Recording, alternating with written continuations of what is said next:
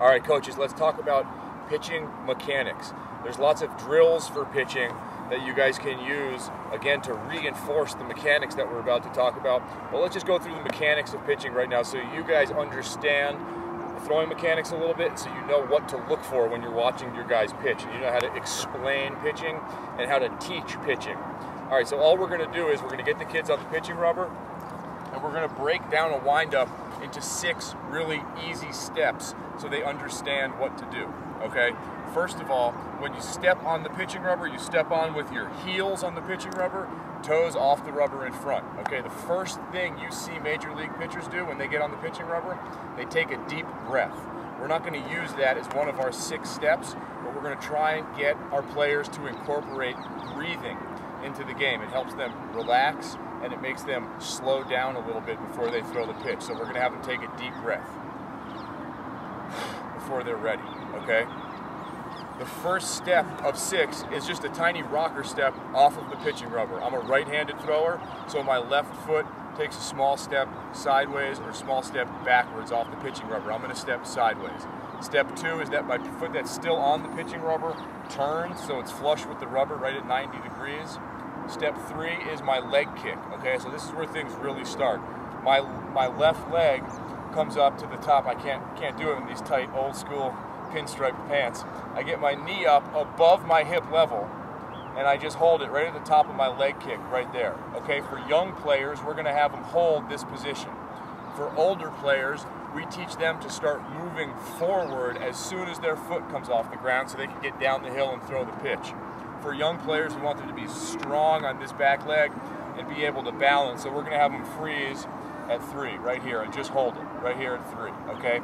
4 is the beginning of their stride and the beginning of their arm path, their hands separating. So here I am at the top of my leg kick at 3.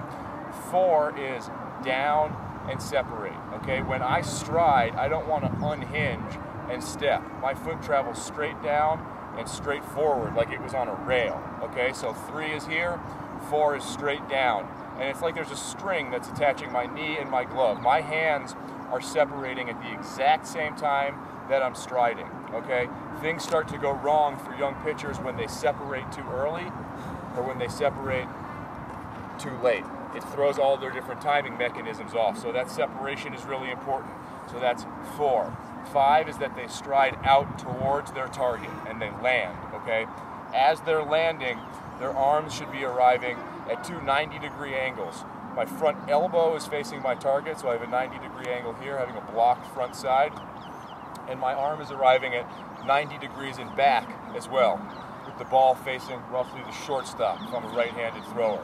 Okay, so this is their landing point. One thing we really have to teach kids is stride length. Most young players don't stride far enough, okay? My stride length should be equal to my height. So we have to teach them to stride down and to stride out. A lot of this stuff will take care of itself if we can get their stride length right.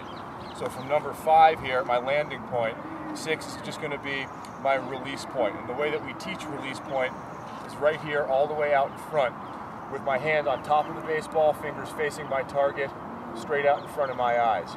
This is the sensation of my release point. In reality, I let go of the ball, start letting go of the ball here, even with my shoulders.